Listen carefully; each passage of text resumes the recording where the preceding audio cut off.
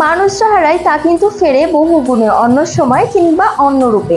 তোমাদের সাথে কেন এই কথাটা বলছি, চলো আজকে একটা স্টোরি তোমাদের সাথে শেয়ার করি। আমার সাথে ঘটে যাওয়া একটা স্টোরি।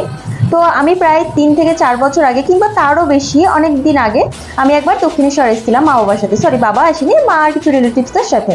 কিন্তু সেবার এসে আমি মায়ের দর্শন করতে পেরেছিলাম, কিন্তু আমি মাকে ছুতে পারিনি, মানে পুজো দিতে পারিনি।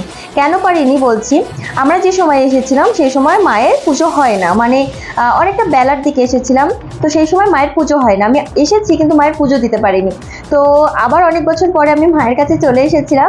এবার গেছিলাম আমি, মামা, মামি আর মা, 4জন মিলে কিন্তু আমরা চলে গেছিলাম দক্ষিণেশ্বরে। আর আমি যে বললাম বহু গুণে ফেরে, তো এটাই হয়েছে যে আগের বার এসে আমি কিন্তু পুজোটাও দিতে পারিনি, কিন্তু এইবার এসে আমি কিন্তু গঙ্গায়ও স্নান করতে পেরেছি, প্লাস পুজো দিতে পেরেছি। সেই জন্য আমি তোমাদেরকে ফার্স্টে বললাম যে যেটা ফিরবে সেটা কিন্তু বহু গুণে। আমার অনেক দিনেরই ইচ্ছা ছিল যে না, একদিন আমি গঙ্গায় স্নান করব, কিন্তু আলটিমেটলি সেটা